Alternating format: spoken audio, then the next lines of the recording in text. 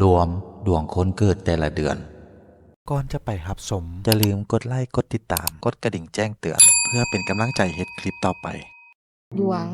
คนเกิดเดือน12เป็นคนผิวเนื้อดำแดงจักหน้อยแม่นต้องโศกจะได้เป็นใหญ่เพราะมีผู้อุปถัมภ์คนเกิดเดือน12นี่เป็นคนให้ง่ายเศร้าไว้ใจน้อยเอาแต่ใจตนเองคบคนผิวเดียวกันจริงจะดีมีบุตรยิงก่อนแม่นดีมีบุตรชายก่อนแม่นบ่ดีจะได้บุตรเป็นคนปากกล้าเจรจามีเหตุผลศัตรูเป็นคนพมยองดวงตาเหลืองมีคู่ครองผิวเนื้อกงกันข้ามแต่จะขัดใจกันเสมอดีพอปานกลางดวงคนเกิดเดือน11เป็นคนผิวสองสีมีอาชีพเลี้ยงตนเองมีบุญวาสนาสร้างตัวเองขึ้นมาได้และมีหากฐานด้วยตนเองคบคนผิวเนื้อดำแดงจะดีนิสัยเป็นคนสุจริตมักความยุติธรรมศัตรูเป็นเพศกงกันข้ามมีบุตรชายหรือบุตรหญิงก่อนก็ดีทั้งสองจะได้คู่ครองเป็นคนเว้าหลายแต่มีความคิดความอ่านเป็นของตนเองและมีเหตุผลดีนักแลดวงคนเกิดเดือน10เป็นคนรูปร่างปานกลางคบคนผิวขาวจะดีจะให้การอุปถัมภ์แก่ตนคนเกิดเดือน10นี้เว้าจาม่วนหูและกงไปกงมาแต่สัมผัสบ่ค่อยถึกใจผู้ฟังปานใดเว้าจริงเกินไปมีศัตรูหลายเฮ็ดสิ่งใดก็ให้ระวังตัวเองปากเว้าวากล้าแข็งแต่จิตใจอ่อนโยนมักสงสารคนมีคู่ครองเป็นคนผิวขาวจริงจะดีมีบุตรชายก่อนบุตรหญิงแม่นดีนักแลดวงคนเกิดเดือน9ถ้าเป็นคนขาวเหลืองแม่นดีหลายถ้าเป็นคนผิวดำแดงแม่นดีพอปานกลางมีอาชีพเฮ็ดได้สารพัดอย่างเฮ็ดอันใดก็ได้ค้าขายก็ดีเฮ็ดเวียกมีลักษณะเป็นผู้นำเป็นเจ้านายก็ดีควรคบคนผิวขาวห้างสูงศัตรูเป็นคนดำแดงมีบุตรชายก่อนแม่นต้องโชคจะได้คู่ครองเป็นคนผิวขาวการเจรจาพาที่มักจู้จี้ขี้จมเอาแต่ใจตนเองทิดเถียงกันตลอดแต่จะอยู่ด้วยกันยาวนานดวงคนเกิดเดือน8ถ้าผิวเนื้อดำแดงรูปร่างผอมบางจะดีพอปานกลางคนที่เกิดเดือน8นี้เป็นคนเว้าปากกับใจบ่ตรงกันมักติเตียนตักเตือนแนะนำคนอื่นแต่ตนเองผัดเฮ็ดบ่ได้มักให้คนยกยอป่อปั้นเอาใจ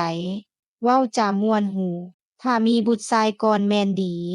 ให้คบคนผิวเนื้อเดียวกันจึงจะดีศัตรูเป็นคนผิวดำดวงตาสีน้ำตาลได้คู่ครองเป็นคนผิวขาวห้างสูงจะเป็นที่พึ่งพาอาศัยในอนาคตได้ดีนักแลดวงคนเกิดเดือน7เป็นคนผิวเนื้อดำคล้ำแม่นดีพอปานกลางถ้าเป็นคนผิวขาวแม่นดีหลายหาเลี้ยงชีพด้วยตนเองได้คบคนผิวเนื้อเดียวกันจริงจะดีคนที่เกิดเดือน7นี้เป็นคนมักมกมุ่นอยู่ในกามารมณ์แต่หักไผก็จะหักจริงจนหลงมีความขยันอดทนภาคเพียรเป็นเลิศมีบุตรชายก่อนแม่นดีมีบุตรหญิงก่อนดีปานกลางศัตรูเป็นคนผมบางดวงตาสีน้ำตาลจะคอยคัดแข้งคัดขาอยู่ตลอดมีคู่ครองเป็นคนสร้างเจรจาพาทีซื่อสัตย์เป็นที่ไว้วางใจดีนักแลดวงคนเกิดเดือน6ถ้าเป็นคนผิวขาวรูปร่างสูงจะดีหลายนิสัยเป็นคนเจรจาบ่ค่อยมวนหูมักจู้จี้จุกจิกดีแต่เว้าแต่บ่เฮ็ดอืดอาดมักง่ายนอนสบายมักเฮ็ดเวียกตามคนอื่นหรือให้คนอื่นสั่งก่อนจึงจะเฮ็ดบ่มีแนวคิดสร้างสรรค์มีบุตรชายก่อนหัวปีจะดีมีบุตรหญิงก่อนแม่นบ่ดีคนผิวเนื้อดำแดงมีห้อยแผลเป็นจะเป็นศัตรูป้องหายอยู่ตลอดจะได้คู่ครองเป็นคนใจบุญสุนทานมักเสียสละและมีจิตศรัทธาดีนักแลถ้ามักก็กดไลค์กดแชร์ให้เด้อดวง คนเกิดเดือนห้าถ้าเป็นคนผิวเนื้อดำแดงรูปร่างสูงแม่นดีหลาย เจรจาบ่ค่อยม่วนหู มักจู้จี้จุกจิกมักสนุกสนานร่าเริงเฮฮาม่วนซื่น แต่เป็นคนอาภัพหักไผก็จะมักผิดหวังอยู่ตลอด จะได้เป็นใหญ่เพราะมีคนอุปถัมภ์และมักจะมีโชคนำคนผิวดำแดงรูปร่างขึงขัง คบคนผิวเนื้อเดียวกันจะดี ศัตรูเป็นคนผมหยอง ดวงตาสีน้ำตาล มีลูกยิงก่อนลูกชายแม่นดีหลาย จะได้คู่ครองเป็นคนปากกล้าด่าเก่งแดจักหน่อย แต่จะดีนักแล ดวงคนเกิดเดือนสี่ถ้าเป็นคนผิวสองสีแม่นดีหลาย เลี้ยงตนเองสร้างฐานะด้วยตนเองได้ มีเกียรติยศเป็นคนหูเบาใจง่าย เครียดง่ายหายไวมักให้มีคนเอาใจ เป็นที่ปรึกษาให้ความสำคัญ คบคนผิวดำแดงจะดี ศัตรูจะเป็นเพศกงกันข้าม ส่วนหลายจะเป็นแฟนเก่ามักจะคอยคิดปองร้ายอยู่เสมอ หากมีบุตรชายก่อนแม่นดี จะมีคู่ครองเป็นคนมีความรู้ แต่จะปากเก่งแดจักหน่อย ทั้งมีความคิดสร้างสรรค์ดีนักแล ดวง คนเกิดเดือนสามเป็นคนผิวเนื้อสองสีจริงจะมีโชค มีฐานะปานกลาง มีใส่ใจน้อยเครียดง่ายหายไว มีจิตใจกล้าหาญเป็นเจ้านายก็ดี มักจะมีคนปองห้ายหมายอาฆาต จงระวังคำเว้าคำจ่าให้ดีๆ ลักษณะกบตายย้อนปากคันคากตายย้อนเสียง มีบุตรชายก่อนแมนดี จะได้คู่ครองเป็นคนมีฐานะร่ำรวย แต่มักจะบ่ค่อยเก่งอกเก่งใจกัน ดวง คนเกิดเดือนสองถ้าเป็นคนผิวขาวเหลืองจึงจะดี ถ้าผิวดำแม่นดีพอปานกลาง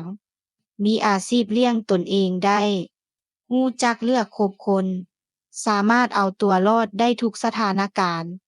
เมื่อเข้าสังคมมักจะแสดงตัวเป็นผู้นำ เจรจาม่วนหู มีเสน่ห์ มีคนผิวดำแดงหรือเพศกงกันข้าม ผิวอ้าวขาวแดจักหน่อย จะเป็นศัตรูคอยปองห้าย มีบุตรชายก่อนแม่นดี จะได้คู่ครองมีฐานะดี จะอยู่ด้วยกันยาวนานสมเป็นผู้นำครอบครัวดีนักแล ดวง คนเกิดเดือนหนึ่งเป็นคนผิวขาวจริงจะดี ถ้าเป็นคนผิวดำแม่นดีพอปานกลาง มักเฮ็ดเวียกแบบกงไปกงมา จะไปได้ดีอยู่บอนอื่นที่บ่แม่นบ้านเกิดของตนเอง คบคนได้ทุกชนชั้นวรรณะ จิตใจซื่อสัตย์สุจริตยุติธรรม ศัตรูเป็นคนผิวขาว ตาเลือก ผมหยอง ถ้าเป็นผู้หญิงจะนมยาน มีบุตรชายก่อนแม่นดี